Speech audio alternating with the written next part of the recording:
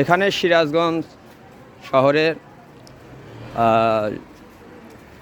শহীদগঞ্জ ব্যাপারীপাড়া এখানে ওয়ালের কাজ করতে যায় 5 জন শ্রমিকের মধ্যে 4 জন শ্রমিক ছেলে মারা গেছে। তাদের মধ্যে কর্মচারীগুলা জনগণ সূত্রে জানা গেছে যে এখানে সব বহুলির লোক এখানে ওয়ার্কাররা কাজ করতে আসছে। তাদের 4 জনই মারা গেছে আর 2 জন মেয়ে জীবিত আছে।